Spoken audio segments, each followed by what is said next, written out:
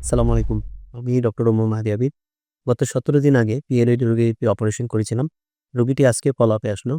রোগীর অপারেশনের আগের এবং পরের কন্ডিশনের কিছু ভিডিও চিত্র আপনাদের সামনে শেয়ার করছি এবং রোগীর কিছু হিস্ট্রি আমি আপনাদের সামনে তুলে ধরি। রোগীর বয়স ৩০ বছর, পুরুষ মানুষ। তিনি একজন পেশায় কর্মজীবী এবং তার কর্মস্থলে তাকে কোনো ভারী জিনিস তুলতে হয় না।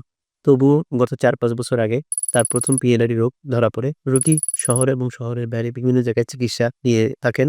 তবুও তিনি তার রোগ থেকে আরোগ্য লাভ করেননি। অবশেষে তিনি অপারেশনের জন্য আমার শরণাপন্ন হন এবং গত ১৭ দিন আগে তার অপারেশনটি সফলভাবে সম্পন্ন হয়। অপারেশনের কিছু ভিডিও চিত্র আপনাদের সামনে তুলে ধরা হচ্ছে। আশা করি রোগী পরবর্তীতেও তার এই রোগ নিয়ে আর ভুগবেন না। তবুও একটা জিনিস অবশ্যই খেয়াল রাখতে হবে পিএলআইডি রোগীদের ক্ষেত্রে। পিএলআইডি রোগীর অপারেশনের পরেও কিছু নিয়মকানুন তাকে সবসময় মেনে চলতে হয়। ভবিষ্যতে যাতে এই রোগ না ফিরে আসে সেইজন্য ভালো ফিজিওথেরাপির পরামর্শে তাকে থাকতে হবে। ধন্যবাদ। ভালো থাকবেন। আসসালামু আলাইকুম।